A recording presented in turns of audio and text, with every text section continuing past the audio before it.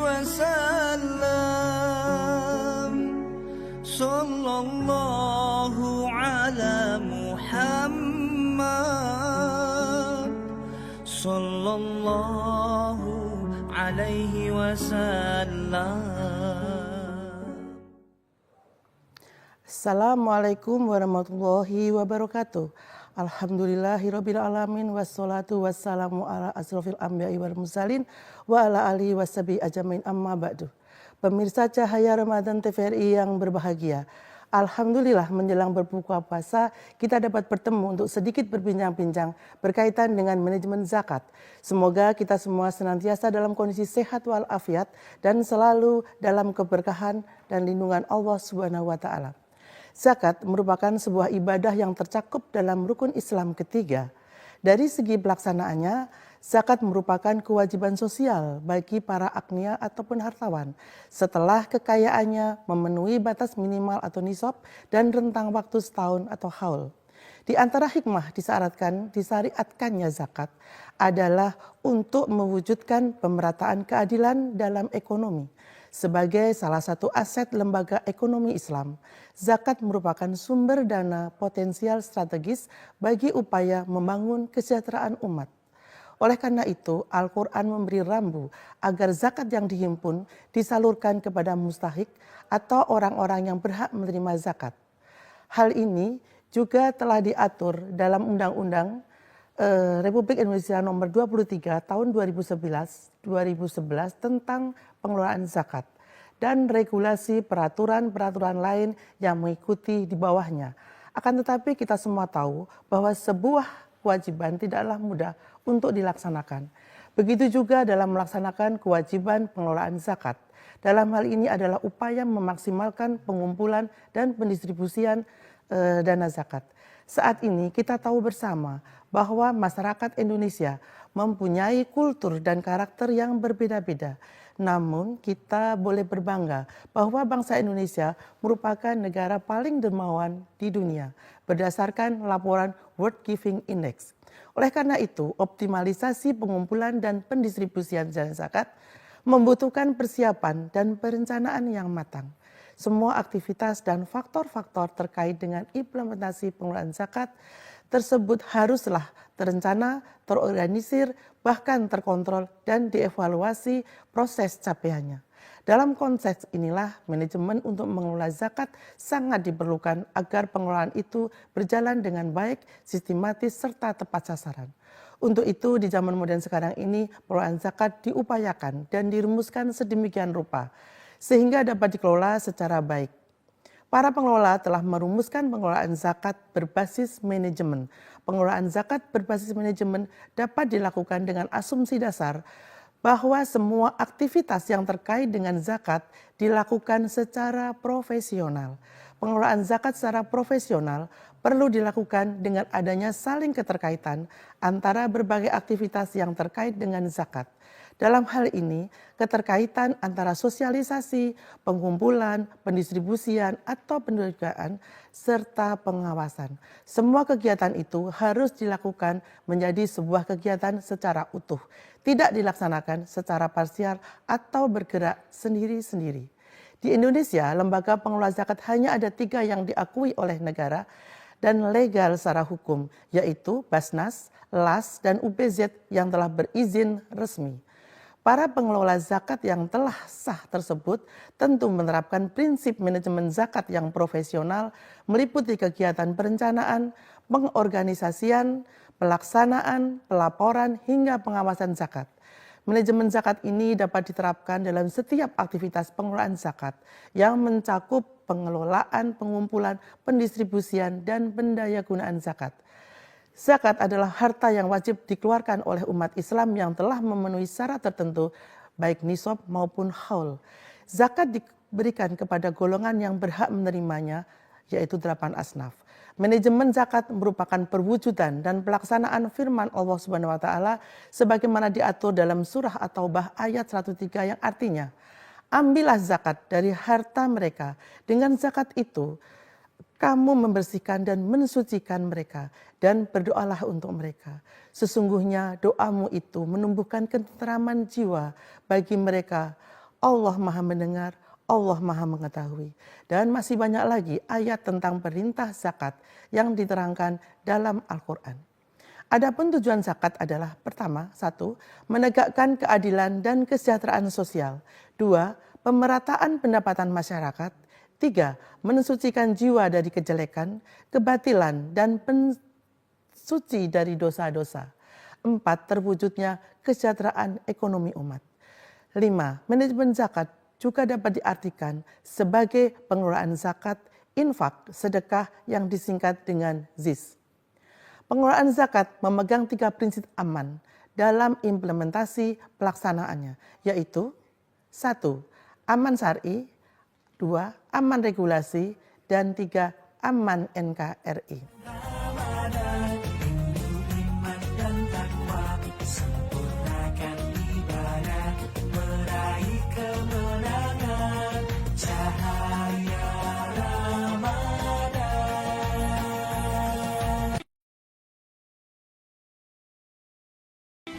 Lebaran udah makin dekat, pesanan membludak, stok dagangan harus nambah, harga bahan baku naik. Wah, kalau nggak ada tambahan modal bisa repot nih. Punya masalah serupa? Manfaatkan Gadai Emas di Bank BBD DIY Syariah. Dengan Gadai Emas, kamu bisa dapatkan pendanaan untuk modal kerja, biaya pendidikan, pembelian kendaraan, dan lain-lain. Plafon hingga 250 juta, biaya ringan, jangka waktu sampai 12 bulan. Proses cepat dan mudah, penyimpanan emas dijamin aman. Penuhi semua kebutuhan dana dengan Gadai Emas di Bank BBD DIY Syariah. Solusi aman dan terpercaya.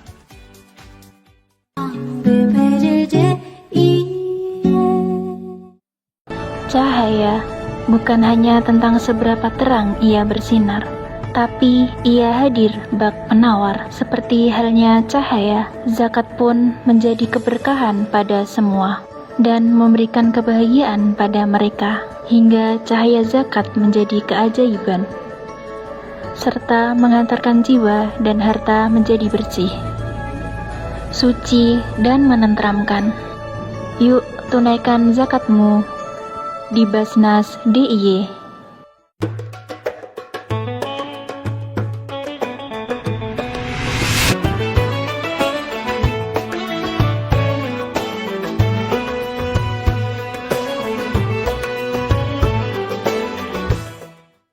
Zakat menjadi cahaya dalam mengentaskan kemiskinan.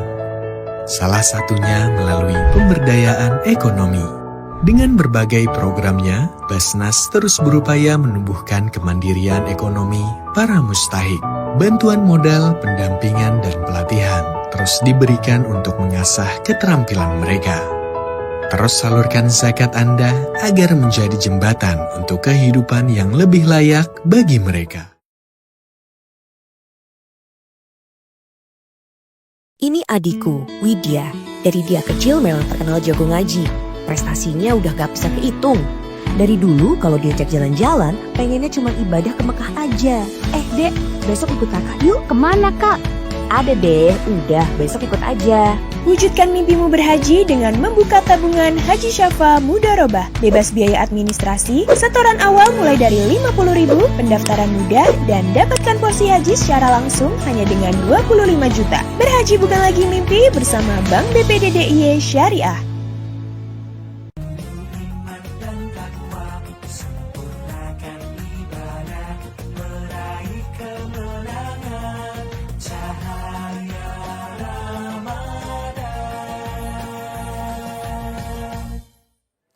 Pemirsa yang berbahagia, tadi sudah saya sampaikan urgensi dari pengelolaan ZIS, bahwa dalam menerapkan manajemen zakat yang profesional haruslah sesuai dengan syariat agama Islam. Amanah dalam pelaksanaannya dan memahami apa saja tujuan zakat agar kita sebagai masyarakat lebih terbuka pandangannya terhadap tata aturan terhadap pengelolaan zakat di Indonesia. Untuk itu, negara hadir sebagai koordinator zakat nasional, regulator kebijakan, dan juga sebagai pengelola zakat yang memiliki program strategis dalam rangka mencapai tujuan zakat tersebut. Basnas DIY berfokus pada 5 program, yaitu DIY Cerdas, yaitu program penyaluran zakat di bidang pendidikan. Anak didik kita disupport biaya sekolah sampai pada tingkat jenjang tertentu sehingga memiliki kapasitas dalam membangun keterampilan dan ekonominya. 2. DIY Peduli, yaitu program penyaluran di bidang sosial kemanusiaan yang bersifat sesaat atau sementara waktu yang bertujuan untuk mencukupi kebutuhan dasar minimum dari mustahik prioritas dan masyarakat korban bencana alam atau konflik sosial.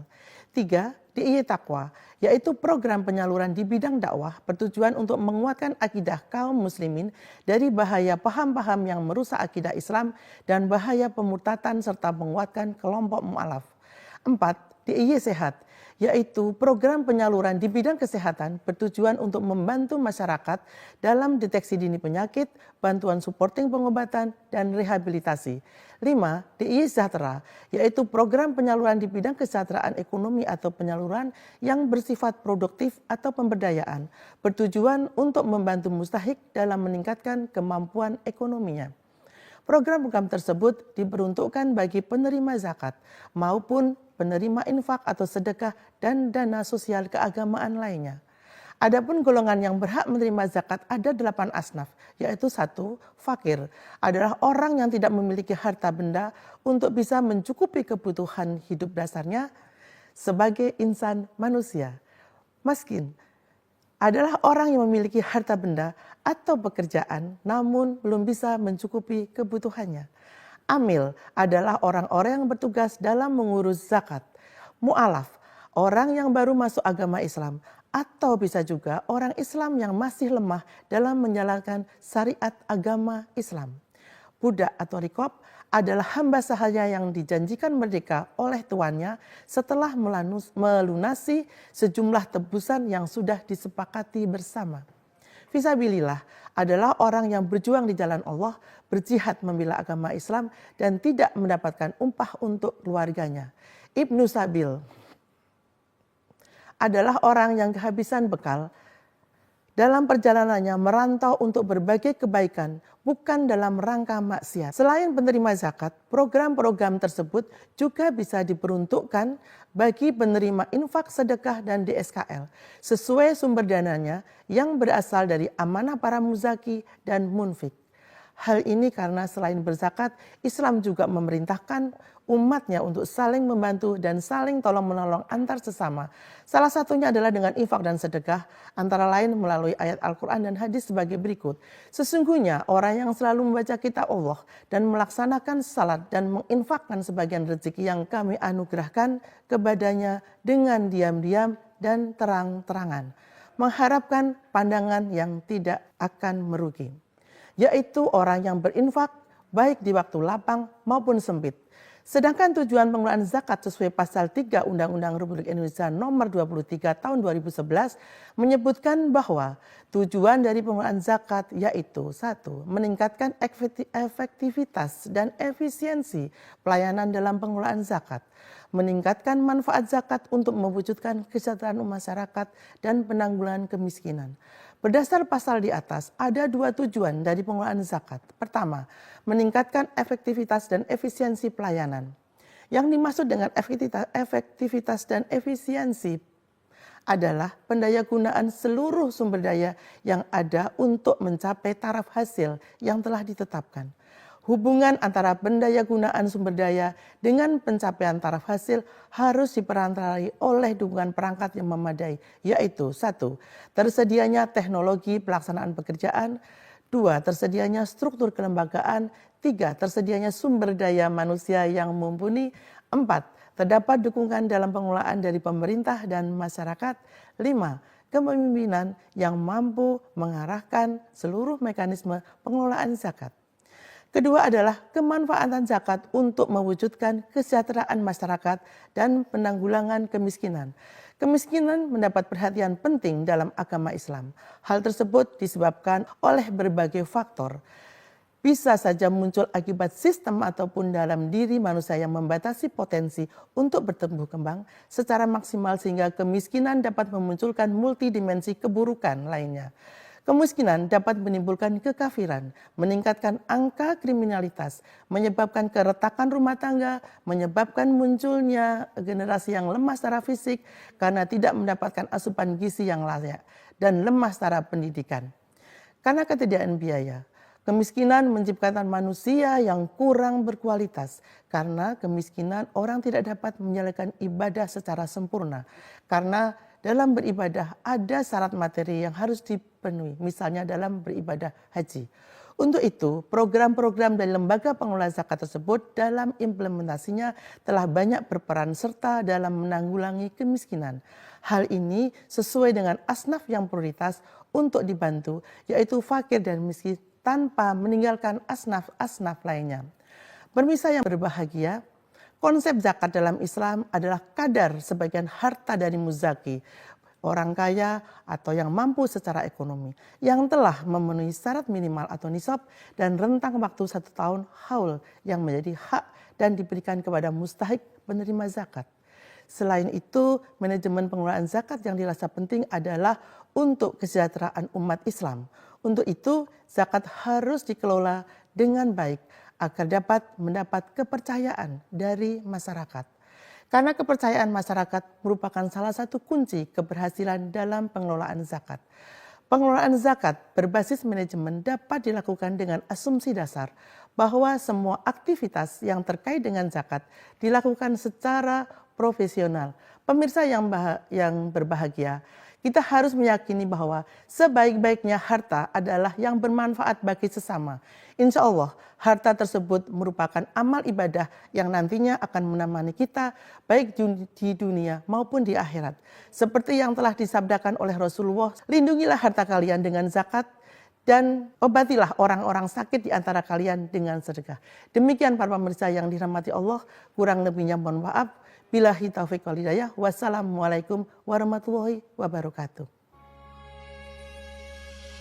Sallallahu ala Muhammad, sallallahu alaihi wasallam, sallallahu ala Muhammad, sallallahu alaihi wasallam.